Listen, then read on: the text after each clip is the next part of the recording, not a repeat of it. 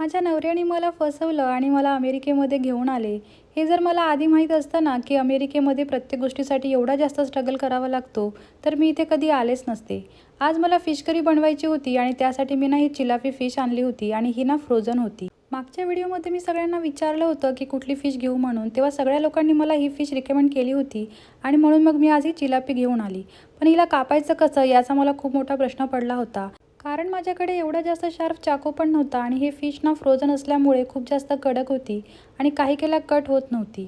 Finally मी तिला खूप जास्त जोर लावून कट केलं, पण याने ना माझे खूप जास्त हात पण दुखले आणि खूप वेळ पण लागला. त्यासाठी मी कैची आणि काय काय यूज केलं माझं मलाच माहिती. आणि मला मुंबईच्या मच्छीवाल्या मावशीची खूप जास्त आठवण आली. त्या मला किती इझिली मच्छी कट करून देत होत्या आणि आता मला या गोष्टीसाठी खूप जास्त स्ट्रगल करावा लागतो. आणि आज तर चक्क मला फिशसुद्धा कट करावी लागली. आणि हे फिश ना मी पहिली वेळच खात आहे. याआधी मी चिलापी कधीच खाल्ली नाही. त्यानंतर मी ना फिशला चांगलं मॅरिनेट करून घेतलं आणि नंतर मी तिला तेलामधून फ्राय पण करून घेतलं. नंतर मी छान मसाला वगैरे रेडी केला आणि त्या फिशचे काप त्यामध्ये ॲड केले आणि फिश करी बनवून रेडी झाली. फिश करी तर खूप जास्त टेस्टी झाली होती, पण त्यासाठी मला खूप जास्त स्ट्रगल पण करावा लागला. माझी अशीच अमेरिकेतले नवीन नवीन एक्सपिरियन्स बघण्यासाठी मला फॉलो करायला विसरू नका. बाय.